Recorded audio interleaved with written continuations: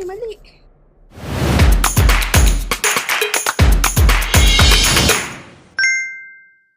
Where Gracial goes, Buddha flows.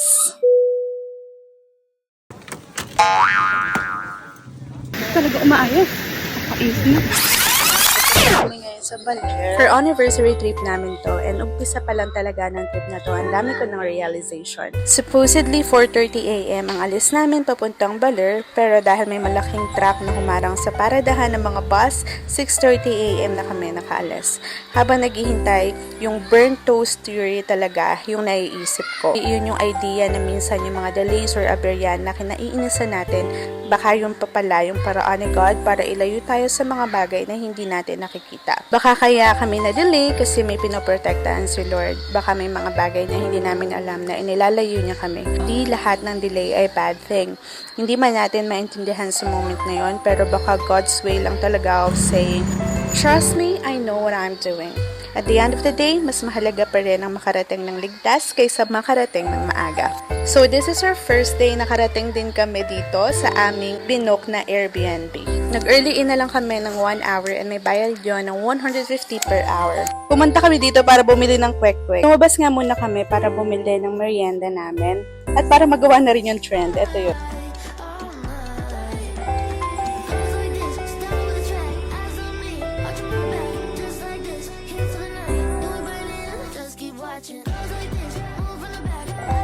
Is brown out dito sa Baler. Pero sabi naman babalik daw agad. At buti naman, malakas yung hangin. Pupunta kami sa Sabang. Mag-rent kami ng motor para sa paggala namin bukas. Dito kami sa Baler Ride and Surf sa Niñas Transient House. Pupunta dapat kami dun sa may food park. Pero itong dinaanan namin sobrang dilim na, nakakatakot. Kaya bumalik na lang kami at nag-decide na lang kami na sa Jollibee na lang kumain. Nililibot talaga namin yung Pilipinas para kainan ng Jollibee. Ito kasi yung comfort food naming mag-asawa. This is our second day, pero buti naman bumalik na yung kuryente after namin kumain sa Jollibee ng pagbalik namin dahil kung wala, lilipat na kami talaga ng ibang accommodation. So this is the day na magre-rides lang kami, mamamasyal ng buong araw. Check muna sa pilitan yan guys. Mas maganda na mag-rent kayo ng motor kaysa umupa ng tricycle kasi mas mura yung pag-rent ng motor, 700 pesos for 24 hours na yon. So, eto na nga, pumunta kami doon sa may Baler na signage and also doon sa Museo de Baler pero hindi kami pumasok. At ito yung bahay ng nanay ni Manuel L. Quezon. May entrance din dyan pero hindi na rin kami pumasok. Pinicture na lang namin sa labas. Then, isinunod namin tong Sabang Baler, yung beach nila dito. Ito dapat yung pupuntahan namin kagabi kasi dito ginaganap yung food park nila tuwing hapon. So, gusto namin itong makita ng maaga and ang ganda, wala pang masyadong tao. And meron ng ilan na nag-aaral ng surfing pero hindi pa ganun kadami. Itong Aurora, ito yung birthplace of Philippine surfing. Malalakas kasi yung alon dito sa Aurora, yung mga beach nila kasi nakaharap sa Pacific Ocean yung mga beaches nila kaya malalakas yung alon. At isa to sa mga paboritong destination ng mga surfers and mga beach lovers. Kasi hindi lang maganda sa picture, mas maganda ito na ma-experience ng personal. At pwede ka dito magpaturo, mag-surfing. And hindi namin yung ginawa dahil ako ay takot. Dahil nga sa mga nakakaraang balita na alam nyo na, ewan ko pero there's something about the sound of the waves. Parang unti-unti nitong hinihila pala yung pagod at ingay ng isip mo. Minsan, all we need is a quiet moment with the sea to remind us that peace is found in slowing down. Ang goal lang kasi talaga ng trip nito is just to simply enjoy the moment, mag-slow down, huminga, and just simply enjoy the trip.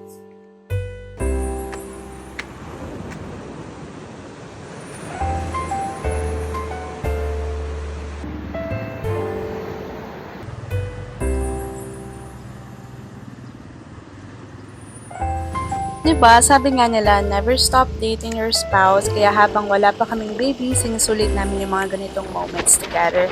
At kahit dumating na yung panahon na ipagkaloob na ni Lord ang baby namin, promise namin sa isa't isa na hindi mawawala ang us. Kasi nga naman, nauna muna kayong maging mag-asawa bago kayo maging parents, 'di ba? Kaya huwag kalimutang bigyan ng time ang isa't isa. So, ito yung Digisit Beach. Pumunta kami dito. Medyo malayo nga to doon sa Airbnb namin. Meron sila mga rock formation at ang gandang tingnan. Nagbayad lang kami ng entrance fee na 20 pesos para sa picture-picture. Medyo malapit na rin to sa lighthouse kaya yun yung sunod namin na pinuntahan.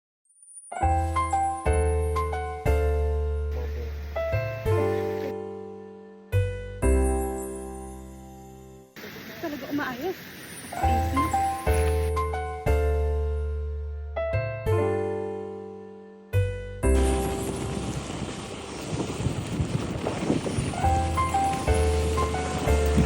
Ang ganda dito sa Aurora!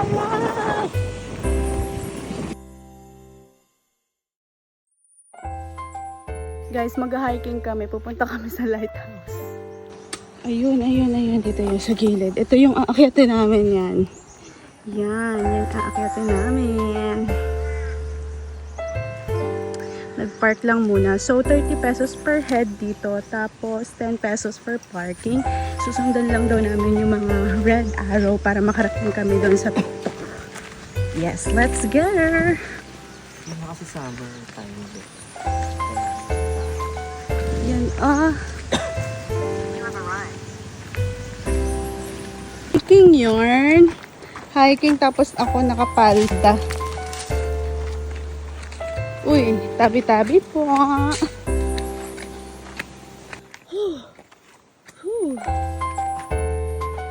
Hanep yarn.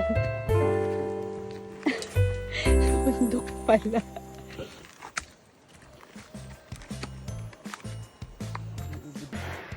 Video na natin yung lighthouse. Ayaw na namin umakyat doon sa taas. Kasi ang tarik. Iniisip namin pababa. So, hindi na nga kami pumunta doon sa pinakataas ng lighthouse. Kasi, iniisip namin pababa. Sobrang tarik kasi. Tapos, yung suot namin ng mga tsinelas, parang andudulas pa. Baka mabalita na lang kaming mag-asawa, umakyat sa lighthouse, sa Aurora, gumulong pababa. So, ang next na goal, pupunta kami dapat sa Kusina Luntian para doon na mag-lunch. Kaso, every Friday hanggang Sunday lang pala yun open. Ang trip namin is Thursday pa lang yan. So, kaya naman, pumunta na lang kami sa Balete Tree. Eto, nadaanan lang namin to along the road. 30 pesos yung isa niyan. Kinatas talaga na prutas yan. Wala silang nilagay na asukal or whatsoever. Kaya, talagang ang sarap. Alam niyo, monte ko pang makalimutang magbayad. Nakakaloka, nakakahiya. Ang ganda ng road trip na to guys kasi yung dinadaanan namin parang sobrang lapit ko na sa Sierra Madre. Sobrang ganda bago kami makarating dito sa Balete Tree. Hindi ko na na-videohan kasi sobrang lakas ng hangin. Parang lilipa rin yung cellphone ko. Pero ang ganda talaga ng mga dinaanan namin bago kami makarating dito. Itong Balete Tree, pwede mo daw itong akyatin ng 30 meters from the ground. Kaya anong ginawa? Inakyat namin para masulit ang entrance fee at environmental fee. Papasukin namin yung Balete Tree. Pero natatakot ako. Start, mauna ka. Mauna ka. Baka di ako magkasya. Game. Papasukin namin. Yes!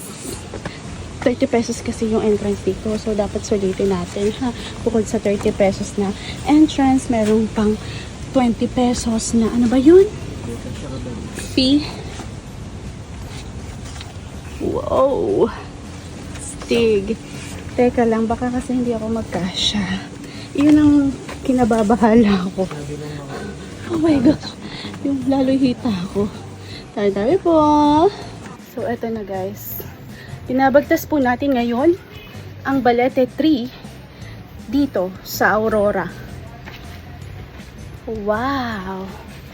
Wow, look at that! Alam nyo ba, itong Balete Tree na to is kailangan mo ng 45 na tao na maghahawak-hawak para makuha mo yung circumference. Yes, circumference. Ay, ang bilis naman. So easy naman pala. I'm so bitten pa. Pero, ewan ko kung kasya ako dito. Tingnan nyo. Kasya tayo, guys. Pilit natin yan. Eto na, ang bilis! Oh, another round pa. Another round. Oh. Go, Giddy. Good darn.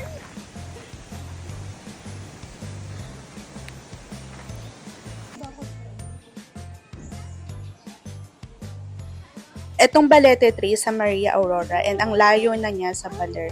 So, babalik na kaming Baler para doon kumain. Sinerge kasi ni Toto itong Gagays. Dito na lang daw kami kumain. Pero at the end, pareho kaming hindi nasarapan. Kaya nung hapon bumalik kami dito sa Sabang Beach para mag-food trip. Hindi masyadong madami yung mga ano nila dito, mga food. Pero merong mga kakaibang food Yes, na I nag-enjoy changed naman. before my plane paratha only there. That's why I don't sorry. Yeah, Pani Puri is still there. Yes, let's try. Yes, going to finish faster. Don't think any nearby or no.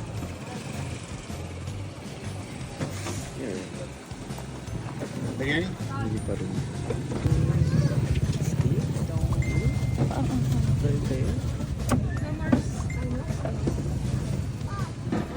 Samosa available.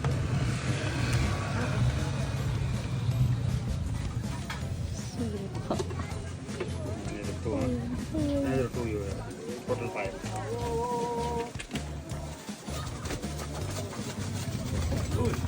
So, it's like chicharon. Chicharon. Just your biryani. Me naman.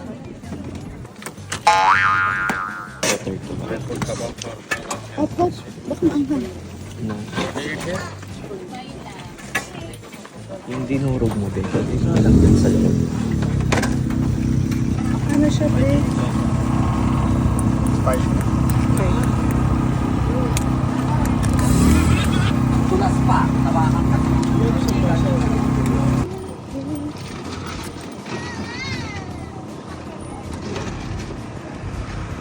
Tinake out na nga namin yung mga binili namin dito. Doon na namin kakainin sa room namin kasi ibabalik na namin yung motor.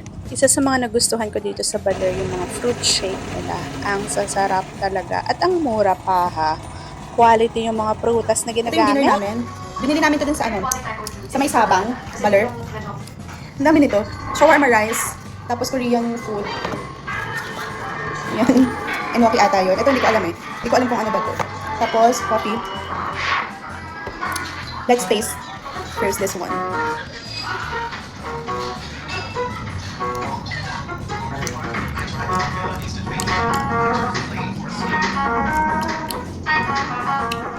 Fishy. Fishy yung lasa. Ito naman, circle. Magkalasa lang sila. Itong maliit at itong bilog. Ito yung shawarma nila. Grabe, giniling yan. Parang giniling yung shawarma eh. Ang dami nito, hati kami dito eh. Tingnan natin.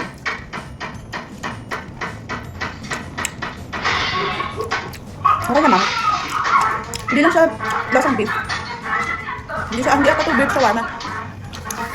Smoky. Kasi tumarks nila ito kanina. Ito naman. Ito naman, enoki.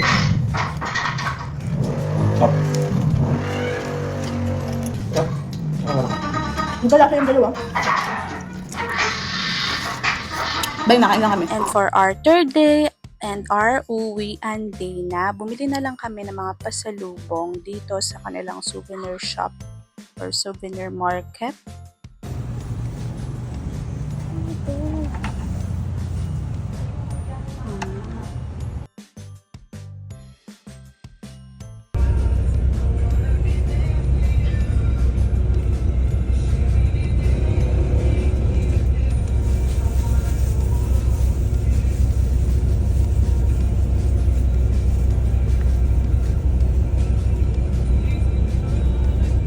And that's a wrap for our Aurora trip. Thank you for joining us this adventure. Until our next travel, remember, this is not just a destination, but the memories we created along the way. See you in the next vlog. God bless and bye!